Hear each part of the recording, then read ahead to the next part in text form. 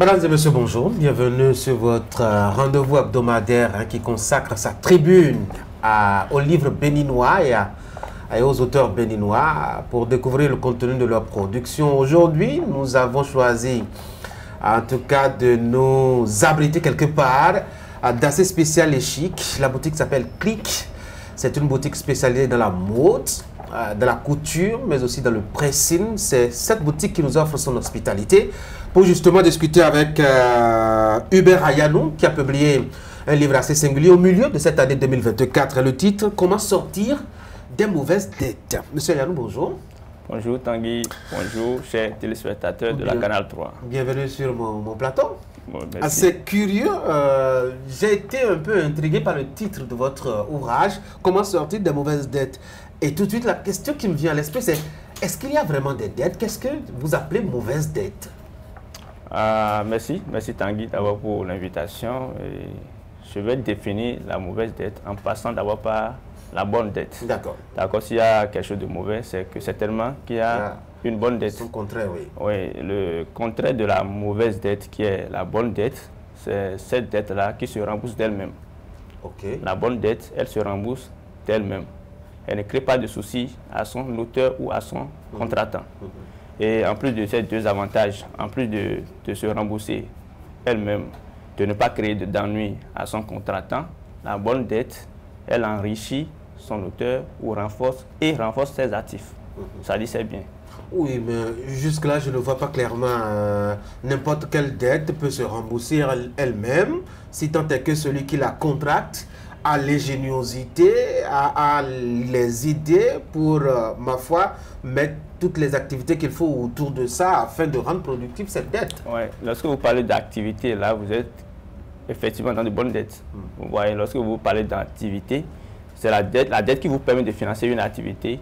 D'accord, elle est une bonne dette. Okay. D'accord, la dette qui vous permet de financer une activité rentable. D'accord, elle est une bonne dette parce que elle vous permet de rembourser la dette. L'activité vous permet. L'activité permet de faire des entrées. De faire des entrées. Et de pouvoir dégager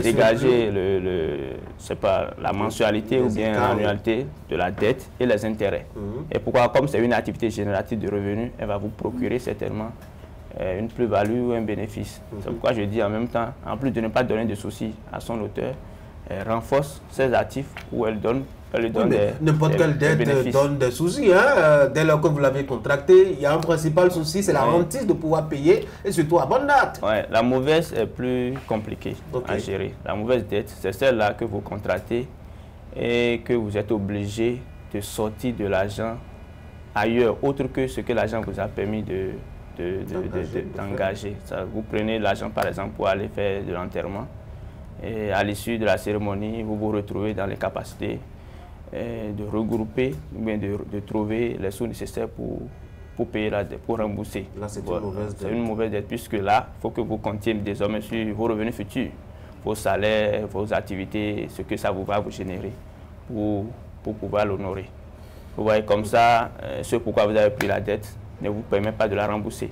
Et comme elle ne vous permet pas de la rembourser, elle vous donne des idées, elle vous met dans une situation un peu inconfortable. Vous devez réfléchir, embarrassante, vous devez réfléchir, est-ce que c'est le salaire que je vais prendre, est-ce que c'est la parcelle que je vais prendre, est-ce que c'est la scolarité des enfants, je vais priver d'abord pour honorer. Parce que nous sommes en période de rentrée actuellement. Chaque parent a besoin d'honorer aux engagements scolaires de ses enfants. Imaginez un créancier qui vous dérange par rapport à une dette que vous venez de contracter pour un enterrement la veille. Vous voyez que vous soyez dans le besoin de financer les études de vos enfants, vous n'êtes pas à l'aise. Alors que si c'est une activité génératrice de revenus que la dette vous a permis de financer, vous voyez, d'abord vous êtes libre parce que de toute façon l'activité est là. Maintenant, peu importe, ça va rapporter et vous allez payer. Vous n'avez pas le stress, d'accord, que va vous procurer la mauvaise dette, au fait. Et une dette que je contracte pour acheter une voiture, par exemple, elle est mauvaise ou elle est bonne? Il y a deux cas. Il y a deux cas. Moi, je veux nuancer parce que systématiquement, je ne peux pas dire que c'est mauvais. Ça dépend de l'objet, de la finalité. Avec la finalité de cet achat-là, au fait. Lorsque vous prenez votre voiture pour faire, par exemple, vous avez une voiture personnelle. Je suppose que vous êtes un cadre de l'administration, vous avez pris un prêt pour acheter une voiture et que et que d'abord votre fonction ou bien tout ce que la voiture, tout ce qu'il y a autour de la voiture peut vous permettre de payer la dette sans souci, c'est tant mieux. C'est tant mieux. D'accord? Mais lorsque vous prenez ce prêt-là, cet emprunt-là pour acheter une voiture et que parallèlement, en plus de la conduite, pour vos charges professionnelles, vous dégagez une heure ou bien 2 heures le soir pour faire du GOSEM. Au Bénin, on l'appelle GOSEM, qui vous rapporte quelque chose. D'accord, qui vous rapporte quelque chose à la fin du mois pour pouvoir honorer à ces engagements aussi. Ce n'est pas mal. D'accord. Maintenant, en plus, lorsque vous prenez une voiture que vous mettez dans la location, lorsque vous prenez un prêt ou bien un emprunt pour prendre une voiture que vous mettez dans la location, vous voyez, sur 2 ans, l'emprunt va finir. Le fait de payer chaque mois ou bien, ce n'est pas la périodicité que vous avez retenue avec votre créancier, en honorant vos échéanciers jusqu'à la fin de 2 ans. Une voiture neuve a une durée de vie supérieure à 2 ans. Vous voyez, si vous finissez d'honorer vos engagements au bout de 2 ans, la voiture vous revient. Je ne sais pas si vous voyez. La voiture vous revient. Elle a une bonne dette. Elle vient renforcer vos actifs. Je ne sais pas si vous voyez ce que je dis. Et tellement elle ne vous a pas donné de soucis. Parce que d'abord, ça roule, et puis ça rapporte de l'argent.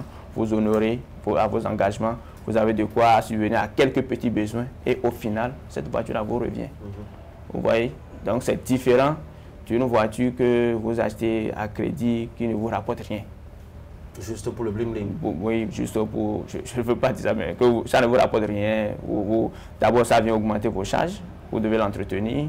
Vous devez mettre du carburant dedans. Il y a beaucoup de choses qu'une voiture vous prend. Vous devez payer l'assurance, la vie technique, tout ça. Ça vient, qu'on le veuille ou non, ça vient greffer sur vos charges annuelles. Mais est-ce qu'il y a des cas où une bonne dette au départ peut devenir une mauvaise dette? Pourquoi pas si elle est mal gérée? Lorsque vous prenez une dette pour une affaire, que l'affaire tourne mal, ça devient une mauvaise dette. Vous prenez de l'argent chez quelqu'un pour faire une affaire, vous commandez par exemple les ampoules solaires. Et que ça vient au port et pour n'avoir pas respecté un principe ou un autre, ça se trouve bloqué au port. Vous voyez? Vous prenez une dette, par exemple, pour vendre quelque chose au Niger et que la frontière se retrouve fermée. Là, votre dette, une bonne dette qui est prise au départ, qui est censée générer de l'argent, se retrouve dans une mauvaise dette, puisque lui, le créancier peut vous comprendre, mais il ne peut pas vous comprendre pour toujours. Alors, on sait que les Béninois sont très friands de leur maison. Une dette qu'on contracte pour acheter une maison. Oui, 2 cas aussi. 2 cas. C'est comme la voiture. 2 cas aussi. Lorsque vous prenez une dette pour acheter une maison, ça dépend aussi. Si, je ne sais pas si vos revenus vous permettent d'honorer à vos engagements, c'est tant mieux. La dette, oui, c'est tant mieux. Il faut déjà cette condition préalable d'abord. Moi, je préfère, pour ne pas avoir d'ennui. La finalité, c'est de vivre en toute quiétude. Je ne pense pas la vie, non pas 100 ans, plus de 100 ans à vivre sur la terre, pour passer 30 ans. Parce que si vous prenez un prêt immobilier, si vous prenez un crédit immobilier pour construire vos maisons, ça peut vous traîner dans une situation inconfortable sur 10 ans, 20 ans. Et puis, si vous ne pas bien gérer, si vous ne gérez pas bien, ça peut impacter toute votre vie. Ça va impacter l'éducation de vos enfants, parce que vous n'auriez pas les moyens suffisants pour les mettre dans les écoles qu'il faut. Vous voyez, ça peut entraîner des situations conflictuelles, en famille comme amicale, entre vos amis, en amitié. Vous voyez, ça crée beaucoup de choses. Ça peut faire beaucoup de choses. Votre crédibilité baisse. On peut vous manquer de respect. On peut en arriver à saisir vos biens. Ça, c'est les conséquences de mauvaises dettes. Oui. On peut en arriver même à saisir vos biens, vous voyez, non? Donc, c'est pourquoi il faut sincèrement avoir ce prérequis-là, avoir ce recul. Lorsqu'on veut contracter une dette, il faut s'assurer que est-ce que le crédit que je vais prendre, ce que je vais faire avec, me permettra d'honorer aux différents engagements y afférents. Sociologiquement, les Béninois ont peur de contracter les dettes. D'ailleurs, on le remarque bien dans les banques, pour aller faire des prêts, ce n'est pas de long rang, comme on le note souvent, et parfois des banquiers s'en plaignent, même les structures de microfinance s'en plaignent. Le taux de bancarisation et autres explique un peu, mais il y a aussi surtout l'aspect sociologique qui fait que les gens sont réticents par rapport à la contraction d'une dette. Qu'est-ce que vous pensez véritablement d'une dette? Bon, là, ce que vous dites, je n'ai pas les stats. Je ne connais pas l'engouement des Béninois à aller...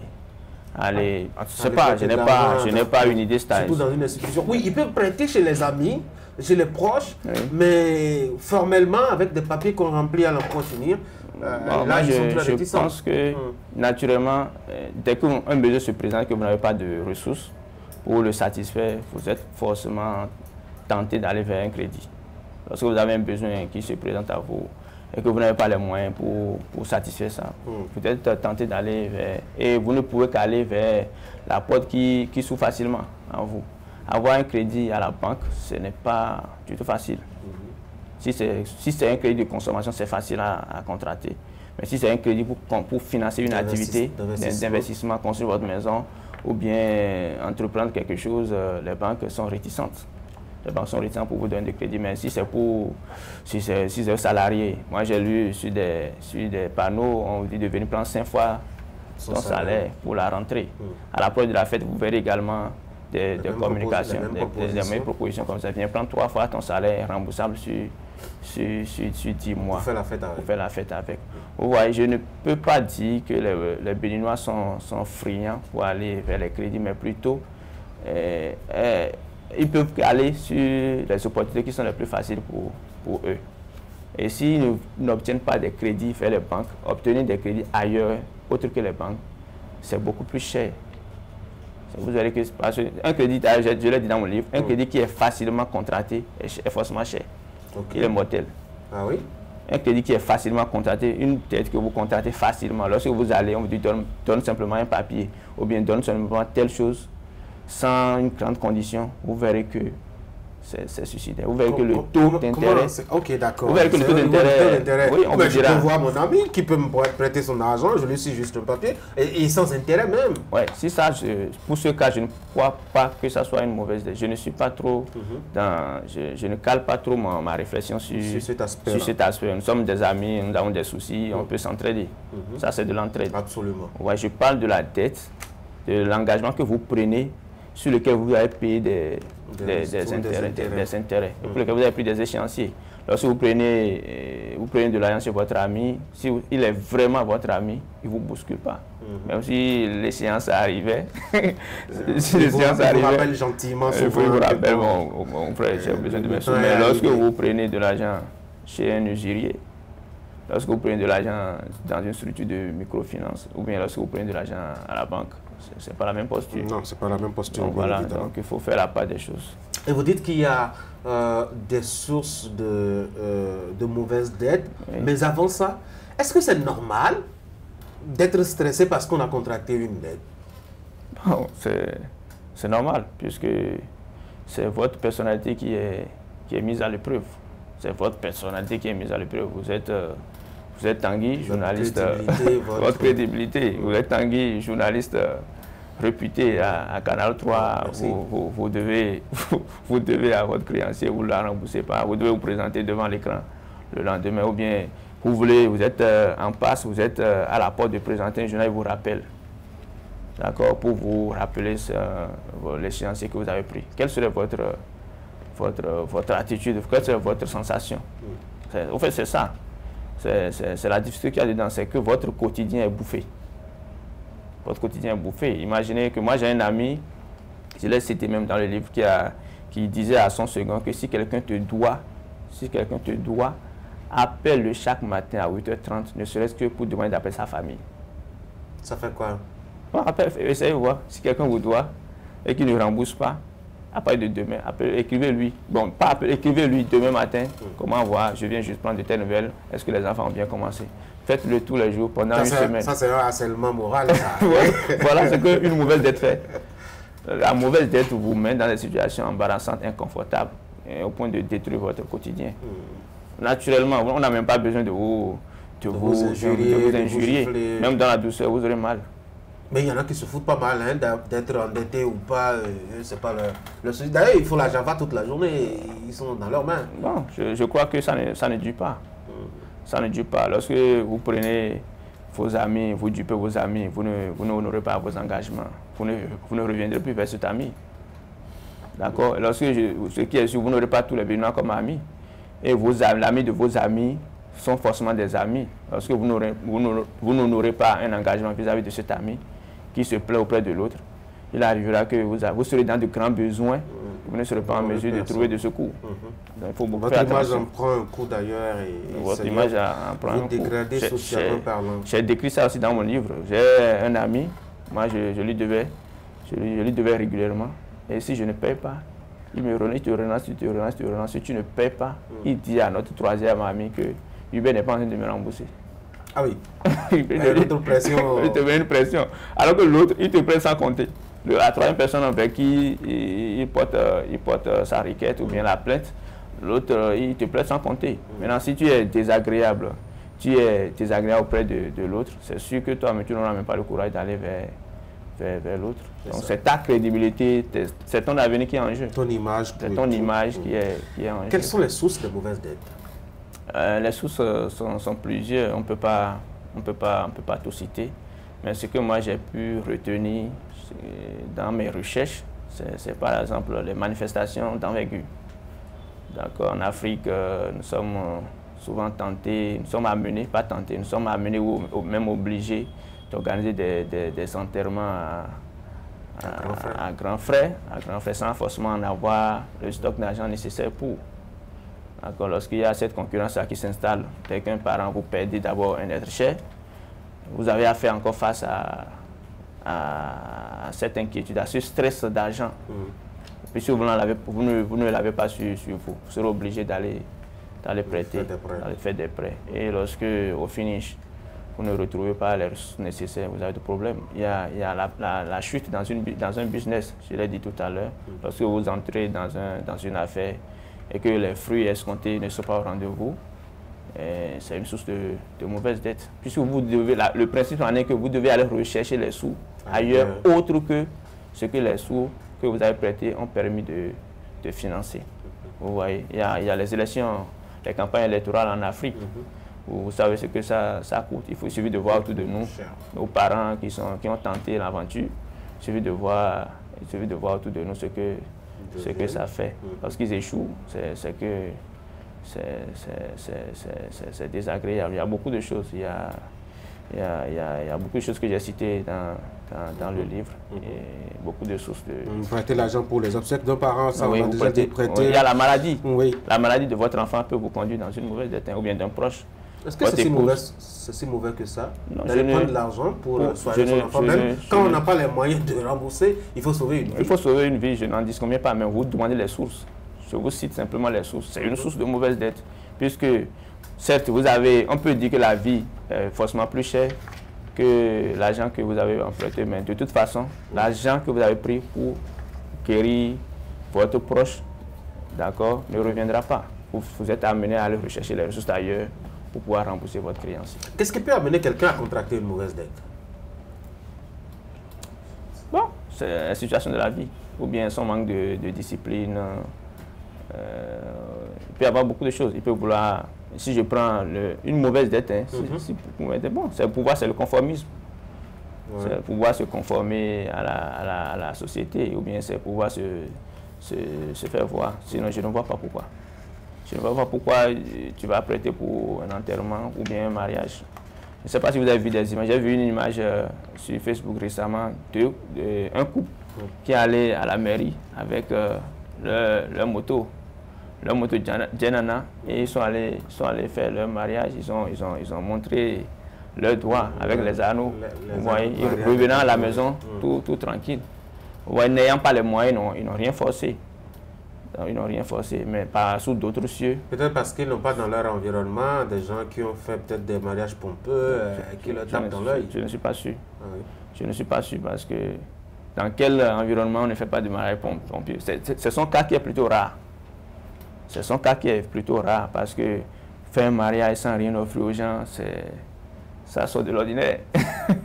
Faire un enterrement et partager du sandwich aux gens à la fin de l'enterrement, c'est extraordinaire. Tu ne veux pas dépenser. Donc, cette pression sociale que nous avons acquise fait que même si nous n'avons pas, nous sommes obligés de courir dans tous les sens pour faire face à ça. Et à la fin, personne ne sait comment on la gère. D'abord, personne ne sait comment vous avez eu les sous pour faire ce que vous avez fait là. Personne ne sait.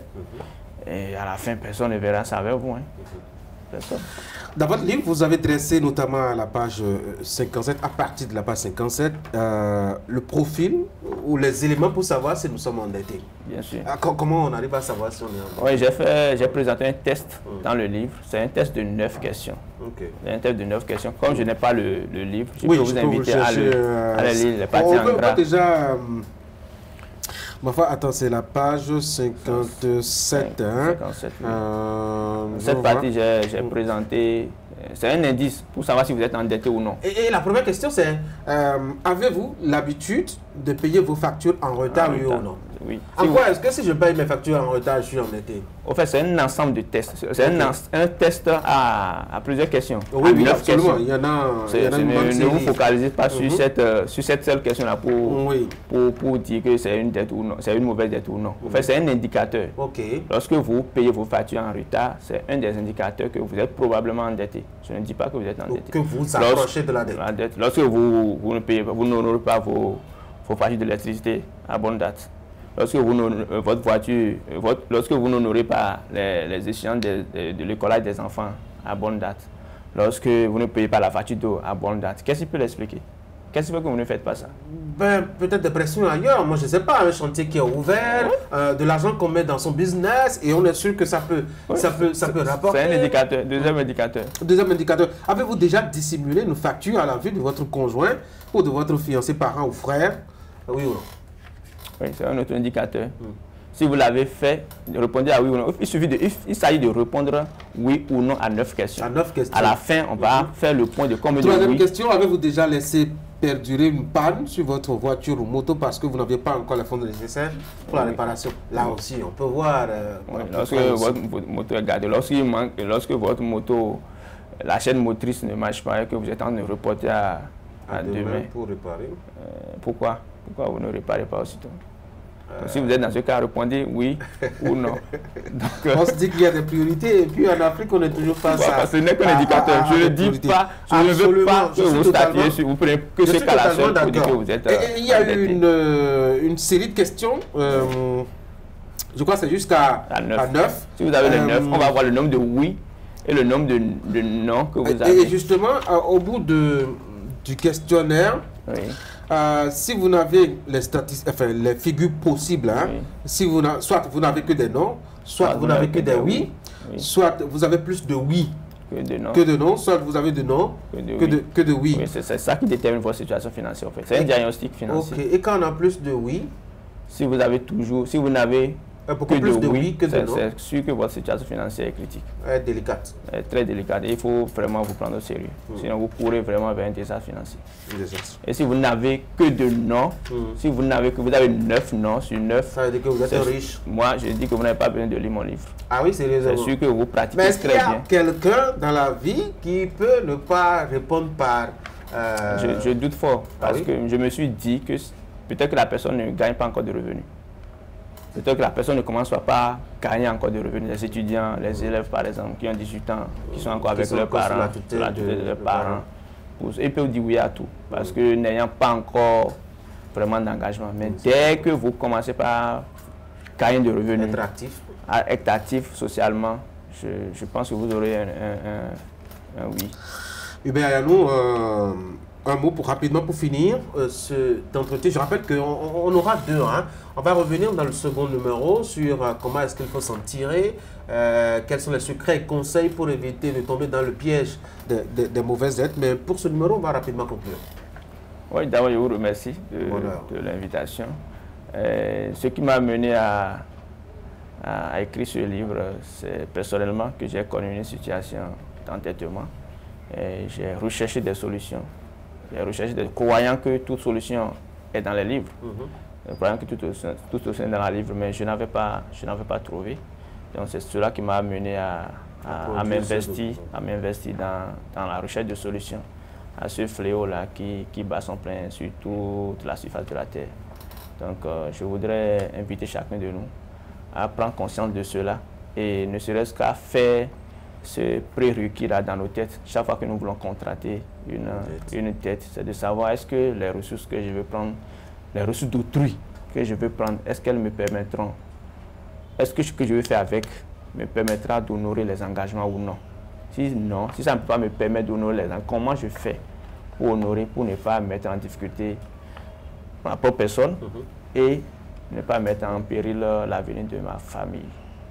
C'est le plus important. C'est le plus important. Merci beaucoup à vous, Hubert Ayanou. Je rappelle, vous aviez publié « Comment sortir des mauvaises dettes ». C'est un document publié au milieu de l'année 2024, disponible dans les librairies de Cotonou, c'est bien cela? Dans toutes les librairies. Toutes les librairies. Actuellement, nous sommes en rupture. Nous-mêmes, nous avons été surpris. Ok. Les premiers exemplaires, les 1000 premiers... C'est bien normal, tout ce qui touche à l'argent, ça suscite engouement. Les 1000 premiers exemplaires que nous avons produits sont finis. Actuellement, il n'y en a même pas. Donc, sous peu, vous reverrez les exemplaires dans les librairies du Bénin et partout ailleurs. Merci. Merci beaucoup à vous, M. Hubert Ayanou. Merci d'être passé sur mon plateau. Mesdames et messieurs, c'est la fin de cette émission. Je dois dire un grand merci à celle qui nous a offert l'hospitalité aujourd'hui pour cette émission, Bérengère Bloch, qui, elle aussi, d'ailleurs, a publié un essai dont on a discuté sur ce plateau même, investi dans la mode, la couture et surtout le pressing à Cotonou. Nous sommes dans sa boutique quelque part, non loin de l'Étoile Rouge. On va lui dire un grand merci. Merci à vous aussi d'être resté à notre compagnie. Je vous souhaite de passer un très bel après-midi devant Canal 3 à Bénin. Surtout, ne l'oubliez pas, c'est la meilleure télévision à Cotonou. Portez-vous bien, rendez-vous samedi prochain à 11 h. Portez-vous bien.